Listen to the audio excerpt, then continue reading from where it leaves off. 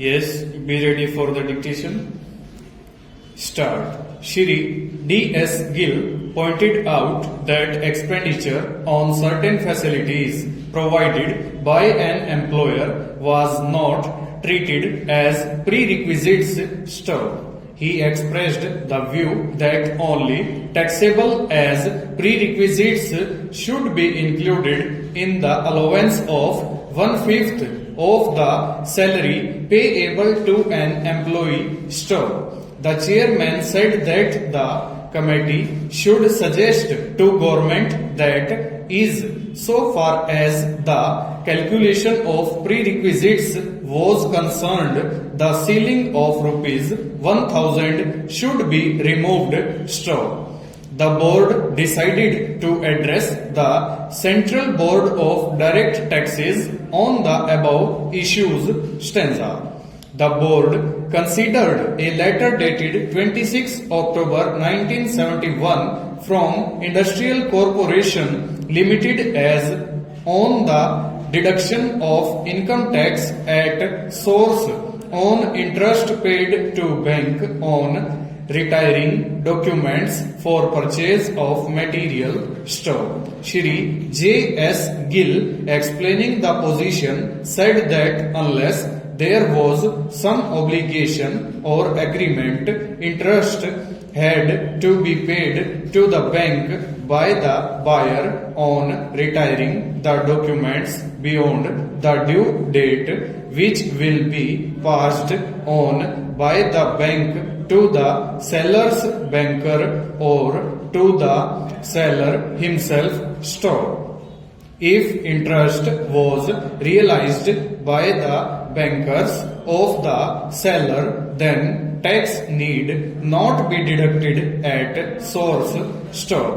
The difficulty, however, was that the buyer will not be able to know whether interest is being realized by the bankers of the seller or the seller store.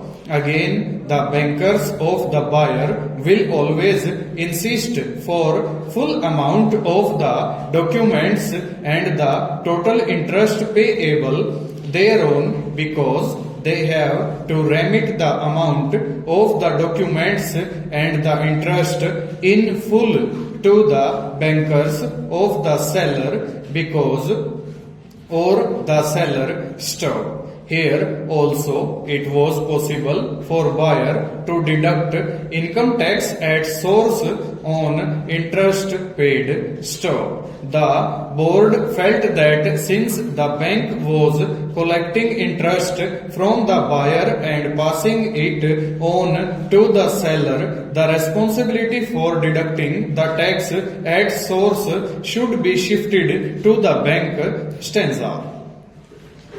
As an alternative to the above, the chairman's suggestion that the bank should disclose to the buyer the interest to be paid to the seller and accept the reduced amount from the buyer after deduction of tax at source and issue a certificate to the seller for tax deduction was accepted. Stop. It was decided that a suitable representation be addressed to the Central Board of Direct Taxes on the above lines.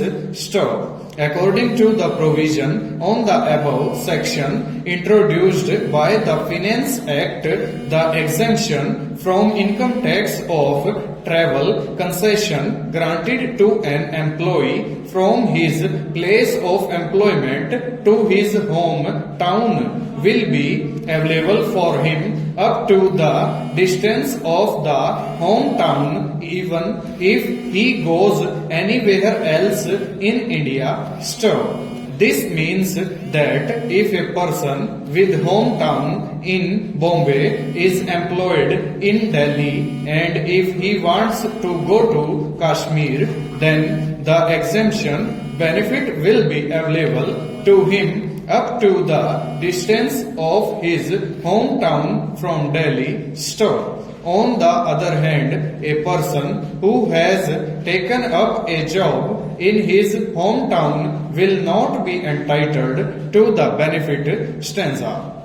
The board decided to address the Central Board of Direct Taxes to amend this provision suitably so that persons who have taken up employment in their hometowns also get the benefit as others. Stop. The meeting ended with a vote of thanks to the chair. Full stop. Over.